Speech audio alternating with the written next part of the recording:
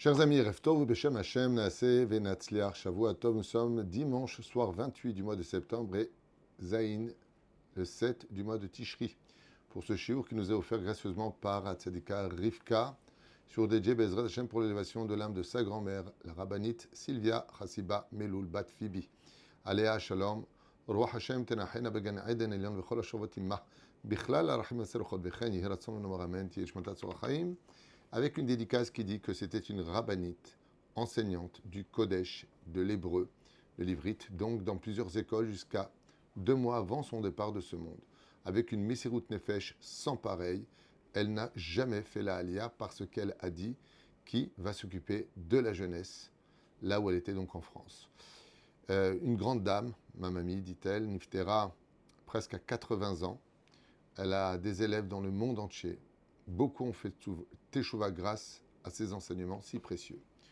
Que dire depuis, si ce n'est que Charkoach, et c'est un grand mérite d'être la petite fille d'une femme aussi aimante la Torah et le peuple d'Israël. C'est un grand mérite d'aimer chaque juif.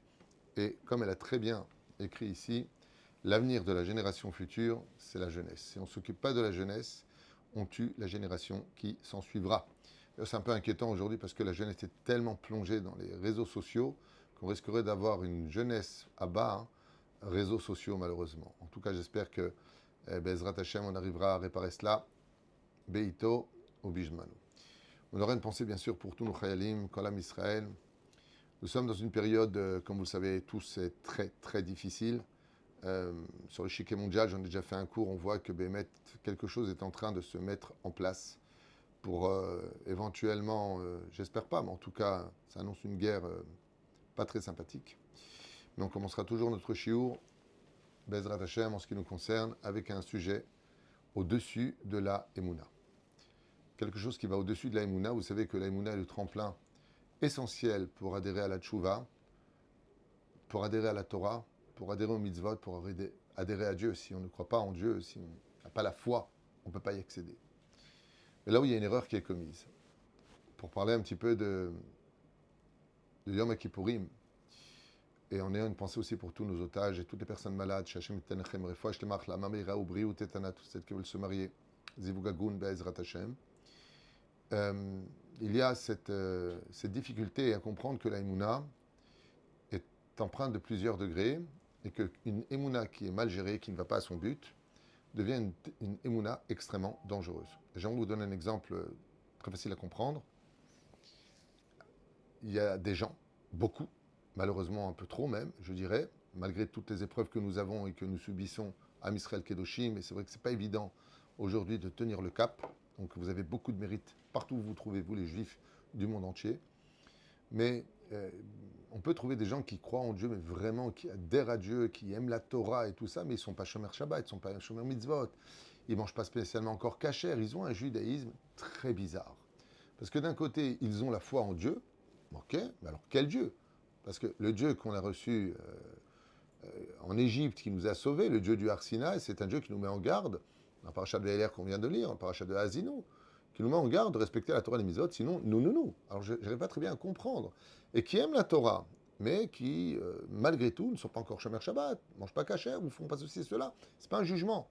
Mais comment tu peux dire que tu crois en quelque chose si tu vas à l'opposé de cette croyance au niveau des actes? Alors il y a un truc qui ne va pas. C'est comme si que, d'une certaine façon, on sait que si je saute de la falaise, je m'éclate, je m'éclate ou je m'écrase, peu importe, et je vais sauter de la falaise en me disant non, il ne va rien m'arriver. C'est stupide. Ça veut dire que, quelque part, de croire en Dieu sans les conséquences pour le meilleur du Gan Eden, du Olam Haba, du service divin dans lequel nous devons d'être, il y a un problème. Parce que si j'y crois et que j'y adhère et que la Torah pour moi elle est vraie et que Dieu est vrai, alors comment ça se juxtapose par rapport à ce que je suis? J'ai pas très bien compris. Et pour cela, les gens nous disent, il ne faut pas tout confondre, on a la foi, mais on n'est pas encore prêt, ou alors on ne le ressent pas. Alors c'est quand même très bizarre parce que on arrive ici à une situation où la foi se transforme comme l'ennemi de la teshuva. Et c'est le sujet qu'on va développer. C'est quand même incroyable d'entendre des choses pareilles. Pourquoi? Parce que nos sages de mémoire bénie nous disent que la Emouna n'est que le tremplin essentiel pour adhérer à la teshuva, mais pas le but. Alors c'est quoi le but? C'est-à-dire que si je m'arrête au fait de dire j'ai foi, je peux vous affirmer une chose, une grande partie des gens qui sont même avec des non-juifs mariés, entre guillemets, ils te disent Bezrat Hashem. Vous l'entendez vous-même, il y a des gens qui sont même pas shomer mitzvot et qui te disent bon, si Dieu veut, fais-moi une bracha. Non, la Torah, elle te dit dans la parashat Kitavo, tu fais pas la Torah et mitzvot, t'es maudit. Voilà ce que nous dit la Torah. Tu fais pas la Torah ou mitzvot, t'es maudit. Aru Raïch, c'est pas moi qui l'écris. Regardez dans les textes.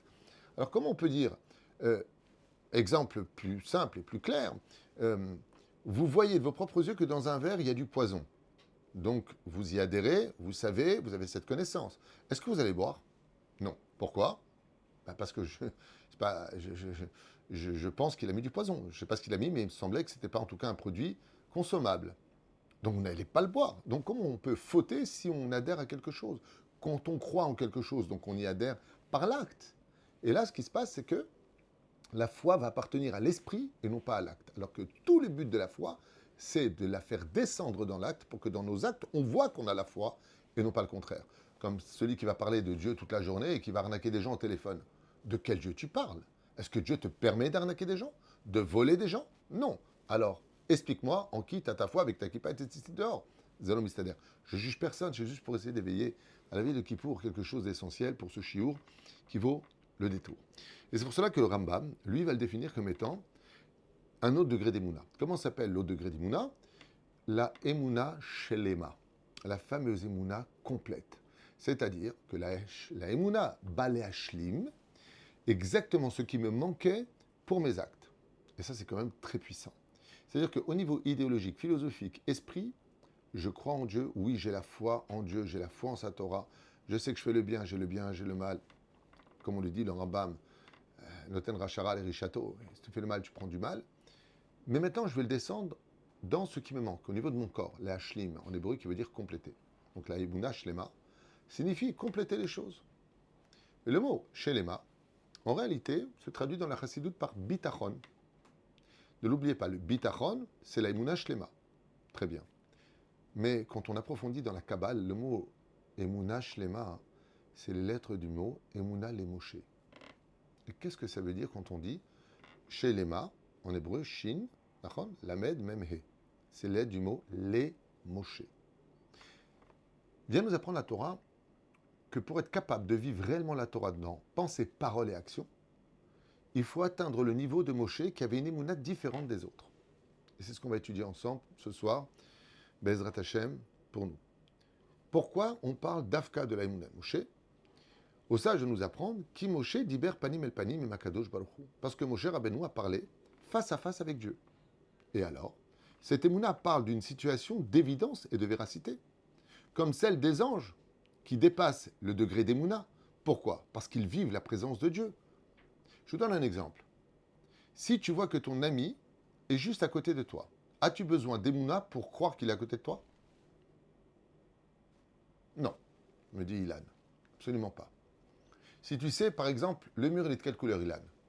Blanc. Blanc, très bien. Si le mur est blanc et je te dis, il faut que tu aies la foi de croire qu'il est blanc, est-ce que tu as besoin de la foi? Non. Donc, qu'est-ce qui est plus important que la foi? L'évidence, la véracité. Donc, Moshe Rabbeinu n'était pas un croyant. Il était dans l'évidence de l'existence de Dieu. Pourquoi? Parce qu'il a panim el panim. Imagine qu'on est en train de parler comme ça ensemble, je dis, est-ce que tu as la émouna que tu parles avec le Rav Twitou? Si tu vas me répondre, mais Rav, vous êtes en face, j'ai pas besoin d'émouna. Vous comprenez la différence? C'est pour ça que le titre s'appelle Au-dessus de la Emouna. Et quel rapport avec Kippour? Parce que Kippour, c'est le seul jour de l'année juive, il y en a deux exactement. Il y a Kippour et Pourim, où on est au-dessus de la Emouna. Par exemple, Sukkot et Pessah s'appelle Tzila Dime Minuta, dans l'ombre de la Emouna. Bizarrement, on recommence à zéro l'année. On retourne dans le moyen qui nous amène au but. Dans la fête de Pessah, la matzah s'appelle la matzah de la Emouna et de la santé. Donc on voit que les fêtes juives sont reliées à la Emouna, sauf de fêtes. Kippour et Kippourim. Yom Kippourim et Pourim. Pourquoi? Parce que dans l'un, vous allez voir qu'on va atteindre le niveau des anges. Et qu'est-ce qu'on a vu? Que les anges n'ont pas besoin d'émouna. Ils voient Dieu, ils vivent Dieu. Pour eux, il n'y a pas besoin de dire est-ce que tu y crois ou pas. Parce que l'émouna vient remplacer les points d'interrogation sans réponse. C'est-à-dire que si j'ai la foi, je n'ai pas besoin de réponse puisque j'ai la foi. Mais faire teshuva, on a expliqué dans un cours précédent, c'est justement d'avoir des réponses. Le mot teshuva veut dire réponse. Donc si tu as une réponse qui est évidente, 2 et 2 font 4. Est-ce que tu as besoin de foi pour ça? Non. Mais de te dire que 2 et 2 font 5, là, faut de la foi. Parce que c'est illogique. Donc la Emouna trouve sa place dans une circonstance qui est très spéciale. C'est celle de remplacer les points d'interrogation. Mais si j'ai un point d'exclamation, je n'ai pas besoin d'Emouna. Vous savez? Pourquoi les scientifiques souvent se disent être athées? Parce qu'ils arrivent à expliquer par une logique de l'esprit certains points que nous, par exemple, on a par le biais de la Emouna. Même si c'est complètement faux. Eux, ils expliquent le comment, mais ils n'expliquent pas le pourquoi des choses. C'est encore un autre sujet. Donc les exemples que je vous ai notés ici, bah oui, si tu vois ton ami qui est juste à côté de toi, as-tu besoin d'Emouna pour y croire? Non, tu le regardes, c'est une évidence. Je n'ai pas besoin d'Emouna pour, par exemple, j'ai noté encore un exemple hier soir. Est-ce qu'on a besoin de foi pour croire qu'on a 5 doigts? Ben regarde-les. Et de qui c'est marqué qu'il l'a regardé, panim el panim? Moshe. La reine Emouna Shelema, Zotiot Moshe. Pour t'apprendre que Moshe Rabbeinu, alav shalom, il n'avait pas besoin d'Emouna, parce que lui, il parlait directement avec Dieu. Donc, j'ai pas besoin de croire en Dieu. Il a reçu la Torah du Har Sinaï. Il n'a pas besoin de croire en la véracité de la Torah. C'est lui qui l'a reçu. Moshe, Kibel, Torah Miselum, Sarra Yoshua. Dès qu'il y a une Messira, Masoret, il faut de l'Emouna. C'est pour ça que les enfants d'Israël, en rentrant en Israël, ont perdu un peu de leur degré d'Emouna. Parce que l'Emouna se jauge à des degrés différents. Il y en a qui ont 2 sur 10, 5 sur 10, 7 sur 10, jusque-là. Mais si vraiment tu croyais, Vadaï, que tu ne ferais pas. Je me rappelle d'un ami qui m'a raconté, excusez-moi pour le mot employé, mais je vous raconte exactement ce qu'il m'a raconté, qu'un jour, il a dragué une fille, ils se sont retrouvés en intimité dans une chambre, et c'était un garçon religieux. Mais il a eu un coup de faiblesse. Il m'a raconté que, ne vous inquiétez pas, on reste dans le cadre de la politesse, que quand il est venu pour l'embrasser, ainsi de suite, il a entendu de ses propres oreilles dans la chambre, fermée, « Hey !» Quelqu'un qui lui a soufflé fortement. Et il a sursauté et il a dit à la fille, selon ce qu'il m'a raconté, est-ce que tu as entendu? Elle lui dit, ouais, c'est quoi ça? Bon, on a dû rêver. Ils étaient un peu chauds, les hormones, passons outre. Il vient maintenant pour la réembrasser, lui caresser la joue, et là, le hé est tellement violent qu'ils se sont les deux sauvés de la chambre. Les deux se sont levés, précipités et fuis. Lui m'a raconté, j'ai compris que du ciel, on ne voulait pas que je faute. Je lui ai posé une question, je lui ai dit, regarde, avant la faute, est-ce que tu avais foi en Dieu? Il m'a dit, bien sûr. Alors pourquoi tu as fauté? Il dit, parce que j'étais trop chaud. Très bien. Et quand tu as entendu, et tu étais trop chaud aussi? Ah non, je ne pouvais plus. Pourquoi? Parce qu'il y avait une évidence que je ne voulais pas que je faute. C'est toute la différence entre Emouna Shlema et Emouna Regila.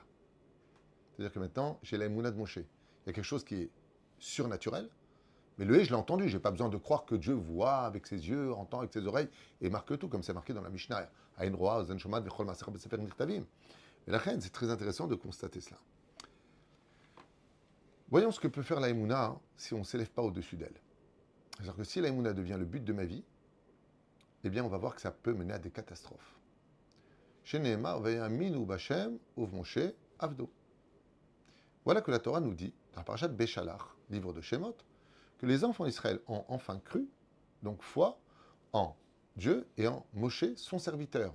Dans ce cas-là, ils ont vu donc la mer Rouge, une évidence, qui s'est ouverte. Ils passent, ils reçoivent la Torah. Mais ils ne se sont pas élevés. Ça veut dire quoi, ils ne se sont pas élevés? Ils ne se sont pas élevés parce que, après avoir témoigné d'avoir eu foi en Moshe et en Dieu et en Moshe, voilà qu'ils font la faute du Vaudor, la faute des Meraglim. 10 fautes sont notées par nos Chachamim, où les enfants d'Israël se plaignent constamment, prêts à retourner en Égypte, à vouloir même lapider Moshe. On en a ras-le-bol. Alors je ne comprends pas. Quel est le problème? Regardez bien ce que nous dit la Torah. À la fin de la paracha de Yitro, à la fin de la paracha de Mishpatim, Akadosh Baruch Hu nous dit, 2 fois de suite, et encore dans d'autres endroits, vous avez vu de vos propres yeux que j'ai donné la Torah à Moshe. Pourquoi tu parles de voir? Pourquoi tu parles d'évidence? Pourquoi tu parles de réalité et de véracité? Parce que Dieu espérait qu'au-delà de la Emouna, depuis qu'on est sorti du pays d'Égypte, nous arriverions enfin à une évidence de pouvoir vivre Dieu et de ne pas savoir que Dieu existe. Car la différence entre vivre Dieu et savoir que Dieu existe, je sais que la Torah est vraie, mais est-ce que tu le vis? C'est tout le problème. Le fait de le savoir, c'est la Emouna. Le fait de le vivre, c'est la Emouna Shlema. C'est-à-dire qu'on va arriver dans un stade où je vous ai d'ailleurs noté quelque chose de très important. Donc je vous lis exactement le texte. Alors qu'Akadosh Baruch Hu nous dit, vous avez vu de vos propres yeux que j'ai parlé à Moshe, et je vous ai donné ma Torah. Voulant imposer ainsi donc le degré d'évidence et non plus d'émouna. Ça veut dire dépasser ce degré-là. Et nous avons préféré rester dans l'aïmouna, qui était qu'un moyen et non pas le but. Nous devons ainsi passer de l'aïmouna, de l'obscurité, parce que l'aïmouna est relié à quoi? À l'obscurité. D'accord? Où est-ce qu'on apprend ça? Écoutez bien, ouvrez bien grand vos oreilles, c'est magnifique. Qui a écrit le Télim Mizmor Shulam Shabbat? Adam Rishon. Après, il a été repris par le roi David dans les Télim, mais le premier à l'avoir composé, c'est Adam Rishon. Et Adam Rishon, quand il est revenu de son erreur, il est plongé dans l'obscurité, dans le doute, à savoir ce qu'il peut faire tchouva, comment il va faire tchouva, est-ce que Dieu va lui pardonner ou pas. Il devait mourir le jour de la faute, il n'avait pas compris que c'était pour 1000 ans. Et là, quand il parle de l'aïmouna, qu'est-ce qu'il dit dans le Télim? Ve'emunatecha balelot. Très intéressant. C'est-à-dire que l'aïmouna est reliée à l'obscurité. Quand est-ce que j'ai besoin de l'aïmouna? Quand je ne sais pas où je pose les pieds dans l'obscurité, j'y vois rien. C'est pour cela que la Knesset Agdola, quand ils ont compilé la prière d'Arvit, donc le soir, qu'est-ce qu'on dit le soir? Emet ve'emuna. Comme ça explique le Rav Kook. Emet ve'emuna. Quand je suis dans l'obscurité, j'ai besoin d'emuna. C'est-à-dire dans l'obscurantisme, à partir du moment où je ne sais pas qu'est-ce que je vais devenir. Aujourd'hui, on est face à une guerre mondiale qui est probante, qui peut démarrer du jour au lendemain. On a ping-pong là-bas en Corée du Nord qui est déjà prêt à appuyer sur le bouton rouge comme un fou. Quand est-ce qu'on démarre le jeu? Il croit que c'est un jeu. Mais on vit avec quoi? Tzadik be'emunato yichye. Tzadik be'emunato yichye. Le tzadik, le juste, vit avec sa emuna. Mais l'homme qui est kadosh, lui, il vit pas avec la emuna. Il vit avec l'évidence. Et la Torah nous demande d'être tzadik ou d'être kadosh. Kedoshim ti ou ki kadosh ani. Je vous demande d'être kadosh. C'est vrai qu'il faut être tzadikim tzadik, anenishbal yot tzadik, et le rachat. Mais ça, c'est parce que tu dois atteindre le niveau qui va te permettre de monter en haut, dans l'évidence. C'est la emuna. Les vrais Talmidei Chachamim les plus grands de ce monde vont dire à leurs élèves, faut avoir de la emuna. Mais est-ce qu'ils ont de la emuna? Ils l'ont dépassé depuis longtemps. Pour eux, c'est évident. Prenons un exemple du Talmud. Dans Maseret Ta'anit, Kafalef, Amoud Aleph, nous avons Rabbi Nahum de Gamzo. C'est Gamzo Letova. Ce que Dieu fait, c'est aussi pour le bien. Il est dans le degré de Emouna qui me permettra de croire à un meilleur lendemain. C'est-à-dire que la catastrophe d'aujourd'hui donnera des fruits positifs pour demain. Vient Rabbi Akiva et lui, il dit, moi, je ne suis pas d'accord avec cette phrase. Kol David Rachamana Letavavid. Que ce que nous sommes en train de vivre, c'est déjà le bien. Il vit l'évidence de la présence divine. On a vu ça avec le fameux renard qui sort du Kodesh à Kodashim, de l'endroit le plus saint du Beth Amikdash. Tous les compagnons de Rabbi Akiva pleurent et lui rigolent. Est-ce qu'il y a marqué là-bas, Shrecha Ktadlaïmouna? Non. Pourquoi tu rigoles? Il dit, parce qu'il y a une évidence. Vous voyez quoi, vous, maintenant? Vous voyez quoi? Vous, ce que vous croyez, c'est que de ce mal sortira un bien. Moi, je te dis que maintenant que je vois le renard qui sort de l'endroit le plus pur, alors que c'est un animal impur représentant Esav, la prophétie de Zecharia Navi va s'accomplir. Donc, heureusement qu'il y a ça maintenant, parce que je suis en train de voir déjà le 3e temple. Oh, tu nous as consolés, Rabbi Akiva. Tu nous as consolés. C'est très intéressant de voir que l'évidence que Dieu est présent, que Dieu existe, c'est quelque chose de si grandiose que j'ai plus besoin de la foi. Je le vis. Pour illustrer ça, j'aimerais vous rapporter une Mishnah qui va nous permettre de vivre naturellement, comme si en pleine lumière, on le voyait, le touchait, le comprenait, le palpait. L'existence de Dieu, de sa bonté, sa bienveillance, son amour, son pardon, son omniprésence, sa providence, sa protection, sans besoin de la foi, mais dans l'évidence. Et voilà de quoi je parle. Donc nos sages de mémoire bénie nous disent qu'en fin de compte, si on s'en réfère à Abraham, qui part pour la Kedat Yitzhak, il part pour la Kedat Yitzhak. Il part avec 2 autres personnages, Ishmaël et Eliezer. Pourquoi ils partent avec lui? Est-ce que Ishmaël et Eliezer avaient la foi? Oui. Mais à un moment, il va leur dire, est-ce que vous voyez là-bas la Shrina? Est-ce que vous voyez là-bas à Ramoria? Est-ce que vous voyez? Non, on ne voit pas. Alors, je vous la pour Imachamor. Alors, je ne comprends pas. Si c'était pour les faire venir avec toi, pour qu'ils t'accompagnent jusqu'à la Kedat Yitzhak, pourquoi les avoir arrêtés en plein milieu du chemin et leur dire, alors restez ici avec l'âne? L'âne qui fait allusion au monde matériel. Vous avez la foi, mais vous êtes bloqué à un certain degré. Pourquoi est-ce qu'Abraham et Yitzhak continuent, eux, à avancer? Parce qu'ils ont quitté le degré d'Emouna et qu'ils sont passés au degré de évidence. Vous ne voyez pas? Si vous n'êtes pas capable de voir ce que nous sommes capables de voir, cette nuée de gloire, la Shrina qui reposait sur le Har Sinaï, comme a dit Myriam, fumée. Non, c'est pas une fumée, c'est pas vraiment une fumée, c'était une nuée de gloire, comme on l'a vu dans le désert. Ils l'ont pas vu. Pourquoi ils l'ont pas vu? Parce qu'ils n'ont pas atteint le degré d'évidence. Alors écoutez bien cette explication magnifique de Rabbi Yehuda Tzadka Lavacham dans son livre Kol Yehuda. C'est magnifique. Vous savez que tous les matins on dit la fameuse Mishnah Yehuda men tema omer eve askan men kalken esher varatz katsevivi gibor kari la sot ratzon dichash bashamaim. Qu'est-ce que nous dit la Mishnah? La chose suivante. Sois aussi effronté que le léopard.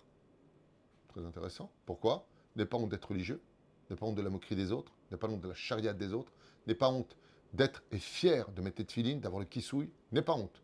Donc, sois effronté comme le léopard, sois léger comme l'aigle, c'est-à-dire, sois léger comme l'aigle pour faire une mitzvot, lève-toi comme un aigle, lève-toi léger, sois léger quand tu donnes tzedaka, pas lourd, pas très lent, sois rapide comme la gazelle, cours pour les mitzvot, et sois héroïque et fort comme le lion. Pourquoi? Pour tenir face à toutes les situations dans lesquelles nous sommes. Très bien. Afin de faire la volonté de ton Créateur.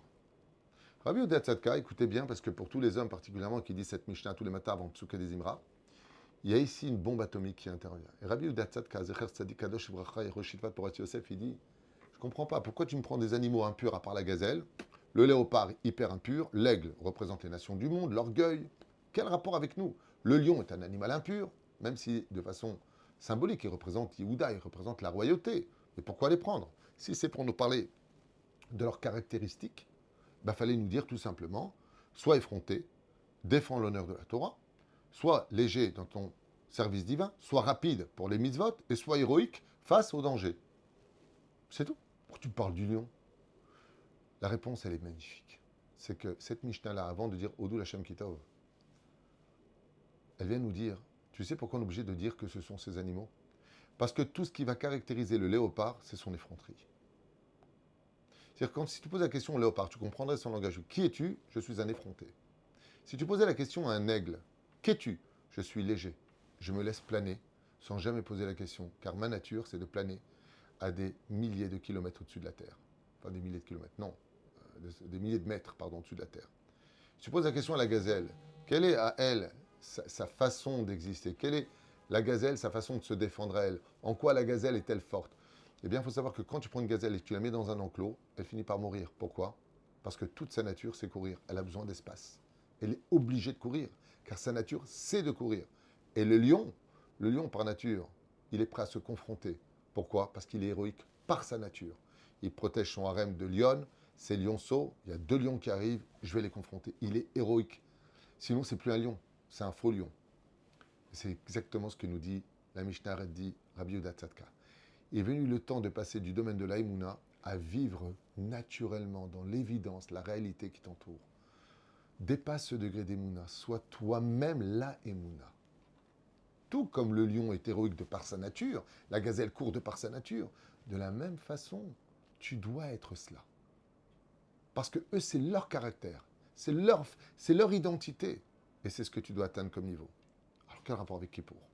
À Kippour, nous passons enfin le cap de l'Aïmouna. Pour vivre la proximité réelle que Dieu, de Dieu, de l'Aïmouna Shlema. Qu'est-ce qui se passe à Kippour? Eh bien, nous allons atteindre le niveau des anges. Et là, il y a un gros problème. C'est que dans les 4 mondes qui existent, le monde de l'Assia, le monde de l'action, le monde de la matière, on est. Ensuite, le monde de l'Etzira, de la formation, c'est le monde des anges. Au-dessus, le monde de la Bria, le monde de la création, le monde des hommes. Atzilut, le trône divin. Mais je ne comprends pas. Les hommes sont au-dessus ou au-dessous? Ils sont au-dessus. Bria, les anges, Yetzira. Donc si Kippour est si élevé, pourquoi on descend au niveau des anges? C'est pas qu'on descend. C'est que nous allons devenir enfin des hommes qui quittons le degré d'Emouna pour vivre l'évidence de Dieu. Et c'est pour ça qu'on se couvre avec le talit depuis Arvit. Et qu'on va dire Barour, Shem Kevod Malchuto, le va être comme les anges. Pourquoi? J'ai besoin de ressembler à un ange. Je suis un homme, c'est plus qu'un ange. Tzadik Gozer Hashem et Kayem. Quand on dit que le Tzadik donne un ordre et Dieu l'accomplit, c'est les anges dont on parle. L'ange Raphaël pour la réfoua, l'ange d'Icarno pour la Parnassa, ainsi de suite. Alors pourquoi tu as besoin de me dire que tu as besoin de descendre? Il dit non. Les anges sont supérieurs sur un seul domaine par rapport aux hommes. Un seul. C'est que eux, ils ont dépassé le degré de l'Aïmouna. Eux, ils vivent Dieu. Ils voient Dieu. Ils reçoivent des ordres de Dieu directement. C'est que les anges ont un libre arbitre, mais l'évidence de Dieu est tellement probante, tellement palpable, qu'ils ne peuvent pas fauter. Un peu à l'image de ce garçon qui a fui la chambre. Là où le 10 du 7e mois, Hachem, face à Moshe, lui dit Salarti kidvarecha. Et c'est pour ça que Moshe a redescendu l'étape de la loi, parce que Dieu lui a dit Salarti kidvarecha. Je te pardonne en ce jour-là, c'était Yom Kippourim. Salarti kidvarecha. Et Moshe revient heureux. Il n'y a pas eu de jour plus beau dans le peuple d'Israël que Tou B'Av et Yom Kippourim, dit la Gemara. Pourquoi? Je crois que c'est en Tanit, Kavav, Kavzaïn, peu importe. Et là-bas, pourquoi? Parce que tout simplement, Moshe il est venu et dit au fait, Dieu vous a pardonné. Est-ce qu'ils ont eu besoin de foi? Non, non, je reviens là-bas. Dieu m'a dit de vous le dire. Je reviens d'une discussion. Et c'est pour ça que Kippour, c'est le jour de la discussion. Par excellence. Du matin au soir, on est là-bas. Comme on prendra un dernier exemple. Regardez ce qui a marqué avec Yosef dans le livre de Bereshit, je crois par sa Yeshev à la fin. Yosef Hatzadik est face à la femme de Poutifera. Maintenant, la fille, elle est maquillée, pomponnée, parfum à 30 fous, elle est belle. Pas une hadikam shoma, tu dis, écoute, excuse-moi, mais. Qu'est-ce qu'il lui répond? Il lui répond quelque chose à laquelle, Bémet, chaque fois que j'arrive à cette paracha, j'ai presque les larmes aux yeux quand il dit cette phrase. Il lui dit comment puis-je fauter devant Dieu? Et elle s'arrête net. Elle me dit quel Dieu? Bon, tu crois en Dieu à faire des bêtises? Non, mais Dieu est là. Dieu, il est là dans la chambre. Comment puis-je fauter devant lui? Il est là. Est-ce qu'il a eu de la foi ou il a dépassé ce degré? Il a dépassé. Ainsi donc, on comprend que Yosef ne peut plus être une tribu d'Israël. Qui, eux, ils sont restés au niveau de la foi. Alors, Parashat Vayechi, qu'est-ce que dit Yosef à ses frères? Vous, vous avez cru que tout ce que fait Dieu était pour le mal. Moi, j'avais compris, je voyais que c'était pour le bien. Je ne me suis pas plaint une seule fois. On ne va pas Yosef une fois se plaindre. Vendu par ses frères. Les Midianim, les Ishmaélim qui arrivent après en Égypte, il est jeté, t'as jeté en prison pendant 10 ans, il rajoute 2 ans. Mais plains-toi, dit Dieu, où est ton... Quoi, je faute pas et tu me punis? Pourquoi tu te plains pas? Je n'ai pas besoin de me plaindre, je vois Dieu. Kol Asher Aya Osei Yosef, Hachem Matzliar Biado. Tout ce que faisait Yosef, Dieu réussissait sa main, parce que quand il tendait sa main, il voyait Hachem avec lui. Il atteint le niveau d'évidence, comme nous à Yom Kippourim, ou dans l'évidence quand on prie à la synagogue, non pas pour se faire entendre ou kiffer les slichot, on est là-bas, on parle avec Hachem, on ressent, si vraiment tu pries, enfin Hachem. Mais la reine, quand viendra la Géoula, il faut savoir qu'au moment du grand chauffard, et du dévoilement du Machar par la reconstruction du temple, et non pas salut les mecs, c'est moi Machar, comme le pensent certains, eh bien pas du tout, il faut qu'il fasse ses preuves, d'abord qu'il construise le temple, qu'il ramène les Juifs de France, les Juifs des États-Unis en Israël, qu'il leur dit surtout pas de rester, mais qu'il les ramène, sinon c'est pas le Machar. Nous aurons plus besoin d'Emouna, car la vérité sera totalement dévoilée sur terre, comme on le dit tous les matins, dès qu'il y a soleil. Après le Kirat Shema, Emet, Veyatzi, Venachon, Vekayam, Veyachar, Neeman. Pourquoi tu dis tellement de choses le matin? Le soir, tu dis Emet, Vemouna dans l'obscurité. Tu es dans l'obscurité. Mais le matin, Emet, Veyatziv, c'est devant moi, c'est présent. Ainsi donc, qu'est-ce qu'il y a de plus grand? Qu'est-ce qu'il y a au-dessus de la Emouna? Quand tu arrives enfin à vivre, Ishtabar Fetalesh Molad, l'évidence que la Torah est vraie, la vivre la Torah. Quitter le domaine de la savoir, du savoir que la Torah est vraie. Tout le monde aime Dieu, tout le monde aime la Torah, tout le monde sait qu'il n'y a pas comme le judaïsme. Tout le monde, tout le monde. Alors comment tu fautes? Pourquoi tu n'as pas évolué? Qu'est-ce qui se passe? Le problème, c'est que tu t'es trompé. Tu as pris la Emouna pour un but, alors que c'était juste le moyen. Et rêve Tov.